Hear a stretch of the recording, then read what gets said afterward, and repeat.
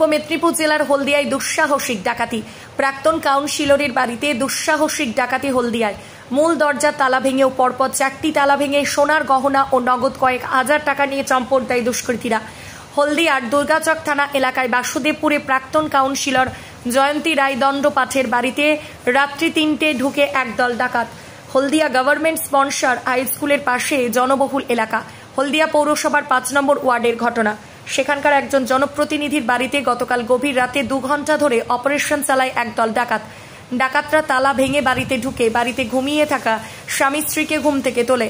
ডাকাতরা জল নিয়ে এসে খাওয়ায়। সমস্ত আলমারি উলট পালট করে বাড়িতে থাকা গয়নাগাটি এবং টাকা পয়সা নিয়ে চম্পট দেয়।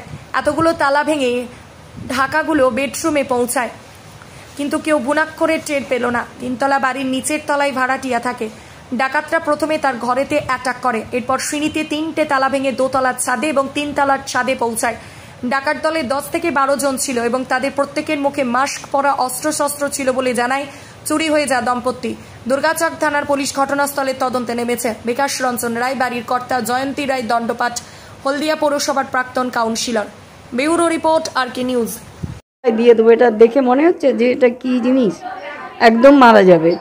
আর তারপরে বললো যে পরপর চাবিগুলো সব দিতে বললো, চাবিগুলো সব পরপর দিয়ে দিলাম। আমার হাজব্যান্ডকে দিয়ে বলছে দরজা ভাঙবে বলছিল। আমার দরজা, আমার এসি সহ্য হয় না বলে আমি আলাদা থাকি, হাজব্যান্ড এসি ঘরে, আমি আলাদা ঘরে। তখন বাইরে থেকে আমার হাজব্যান্ডকে দিয়েই খুলিয়েছে। হ্যাঁ, আমার হাজব্যান্ড একটু মানে গলাটা একটু মানে কাঁপা কাঁপা, কাঁদতে কাঁদতে বলছে দরজাটা খোলো। বলছে এই দরজাটা একটু খুলবে বলতে আমি তখন বুঝতে পেরেছি, কিন্তু উনি যেহেতু বাইরে ছিলেন আর রিস্ক নিইনি যে দরজা খুলবো না বা কিছু এরকম করিনি, দরজাটা খুলে দিয়েছি। একসঙ্গে 7 জন। আর তাদের হাতে বড় বড় লোহার ছিল, আর গ্লাভস আছে, তারপর মুখে 2টো করে সার্জিক্যাল মাস্ক, আর হচ্ছে গিয়ে এমনি একটা নীল রঙের যে মাস্কগুলো, ওই যখন করোনার সময় আমরা যেগুলো নিতাম আর কি, ওইগুলো। ঢুকেই বললো যে সব মাল করি সব দিয়ে দিন, আপনার অনেক গয়না আছে, অনেক, আমরা সব খবর নিয়ে এসেছি, খোঁজখবর নিয়েছি, অনেক টাকা, আপনি কাউন্সিলর ছিলেন, অনেক টাকা কামিয়েছেন, মানে সব দিয়ে দিতে হবে। আমি যে আমাদের কাছে টাকা নেই, মাসের শেষে আমি কোথায় টাকা পাবো? বলছে গয়না কোথায়? বাঁচানোর চেষ্টা করেছিলাম, গয়না 2-3টা জায়গায় মিলেছিল, কিন্তু মানে সবই মানে ওই আমার হাজব্যান্ডের দিকে ওই ছুরি টুরিগুলো ধরেছিল বলে দিয়ে। হ্যাঁ, ছুরি, আর ওই যে লোহার হাতুড়ি টাইপের, ঠিক নয়, মানে মাথাটা চ্যাপটা, আর খুব মোটা লোহার মাথাটা চ্যাপটা, মানে ওগুলো একটু দিয়ে দিলেই মানুষ মারা যাবে আর কি। তো আপনি কি কি নিয়ে গেছে দাদা আপনার এখান থেকে? আমার ওখান থেকে টাকা কিছু ছিল 20,000 টাকার মতো, আর গয়না মানে হারটা নতুন। কত ভরি হবে? ওই 15 ভরির মতো নিয়ে গেছে। আর ওরা যাওয়ার সময় কি মানে কি করলো? যাওয়ার সময় আমাদেরকে বললো যে আমরা বলছে 3 তলায় ছেলে কোথায়? এমন ছেলে এখানে থাকে না, ছেলে তো মালদা মেডিকেলের ডাক্তার, ও ওখানে থাকে।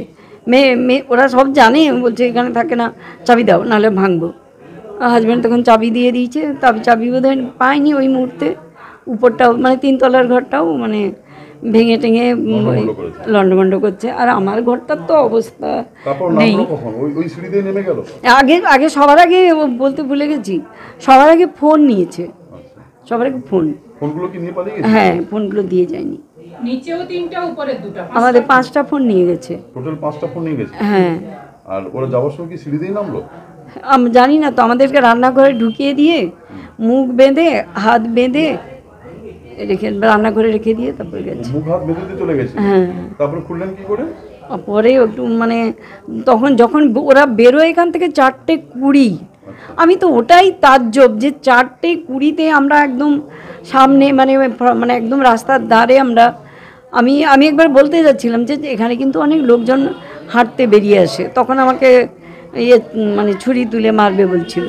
আর যে রাইফেল নিয়ে সে নিচে ছিল, হ্যাঁ, রাইফেল নিয়ে আর পিস্তল নিয়ে নিচে ছিল।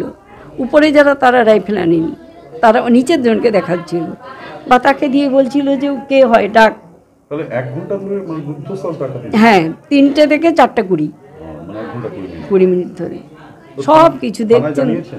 হ্যাঁ, জানিয়েছি, ওনারা কখন আসেন জানিয়েছি। আপনার নাম? জয়ন্তী রায় দণ্ড।